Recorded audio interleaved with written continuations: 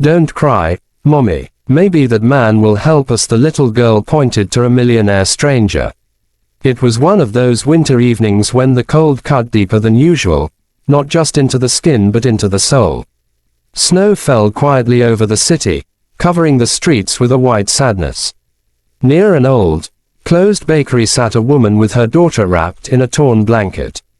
Her name was Emma, once a hopeful mother, now a woman battling the storm of life alone. She had lost her job 2 months ago when the factory she worked for shut down. Her husband, an army medic, had died 3 years earlier, leaving her with little but the memory of his warmth and a daughter with his same bright eyes. Emma had been walking the streets for hours, looking for any place that might offer shelter, but doors kept closing in her face. People walked by with their coffee cups and warm coats, pretending not to see her. Her daughter, Lily, only 5, didn't fully understand why they were sleeping on benches or why her mother cried every night. She would just hold her hand and whisper, "Don't cry, Mommy. Maybe that man will help us." That evening, Lily pointed toward a tall man standing near a black car, his face partly hidden by the steam from his breath. He looked powerful. Expensive suit, polished shoes, a driver waiting nearby. He was the kind of man Emma would never dare approach. But Lily's innocent eyes sparkled with hope. "He looks kind," she said softly.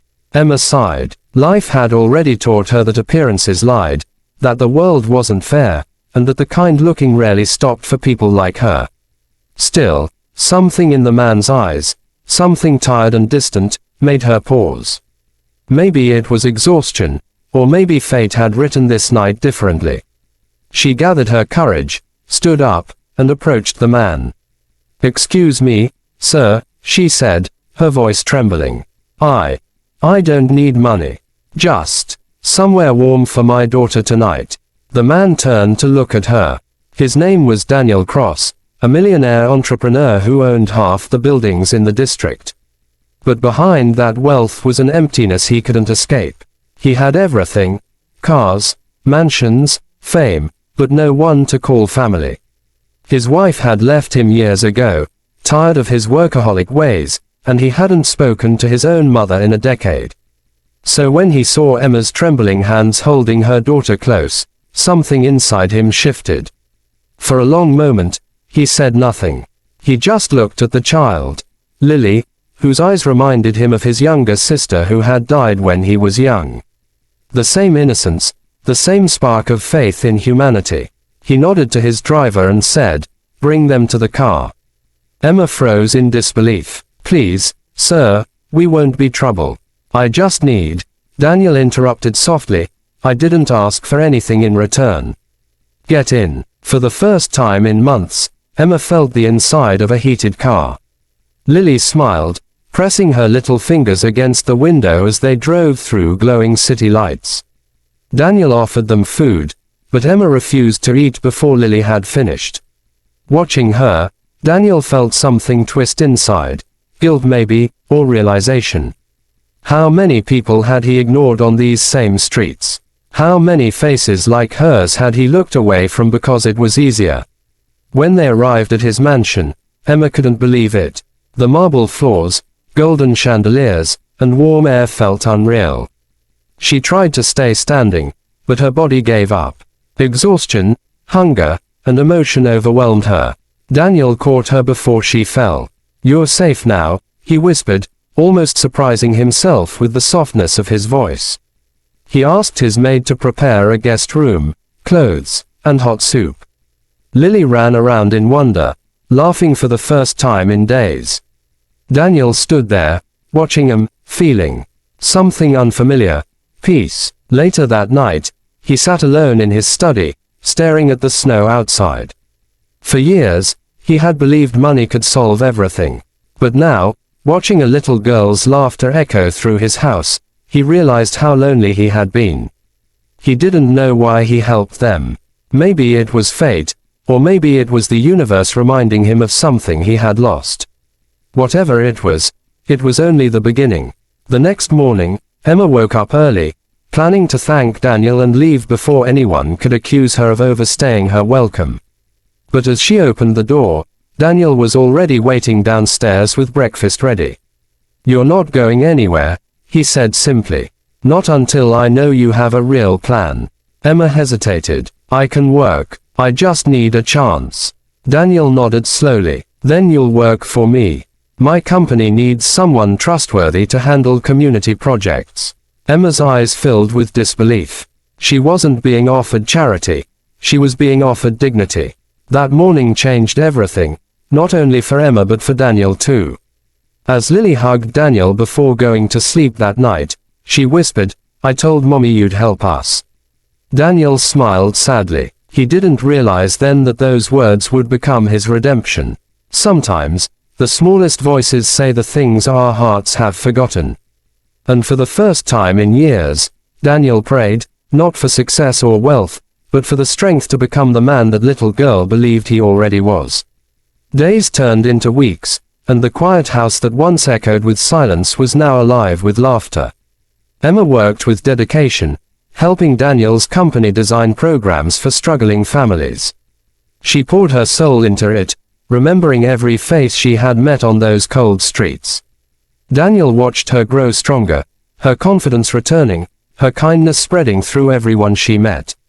She became a light for others, the same light she had once begged for. Daniel, too, began to change. The walls of his heart, built over years of loneliness, started to crumble. He joined her in community drives, saw the power of giving back, and rediscovered the joy of connection. For the first time in his life, people didn't see him as just a millionaire, they saw him as a man with purpose.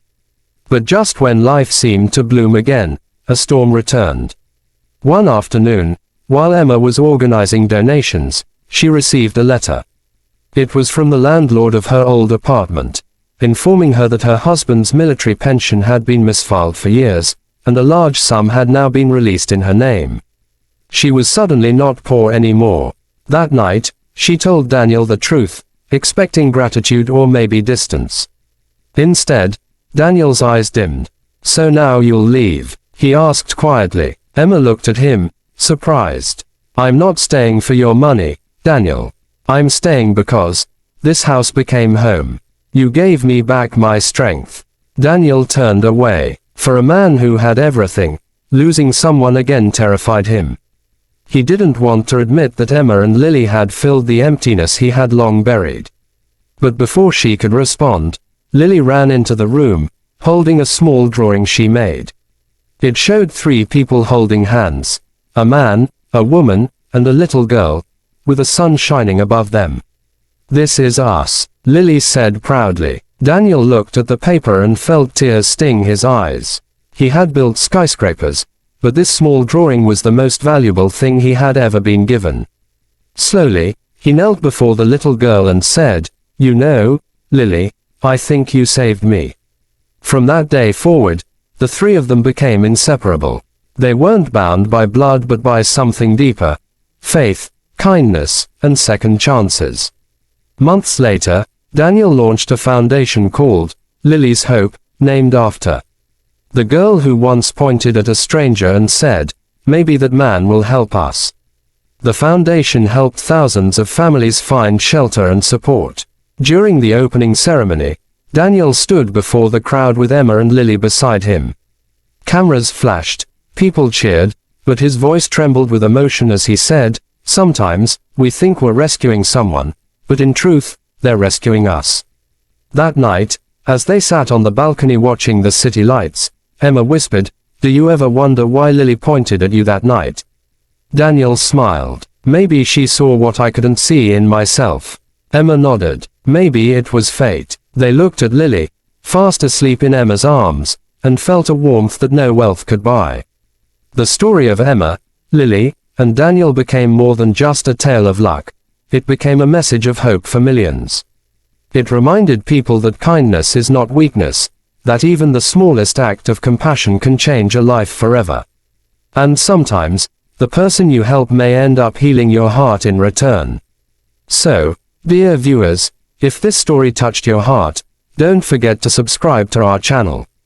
Because here, every story reminds you that miracles happen when you least expect them. and sometimes, all it takes is believing in the kindness of a stranger.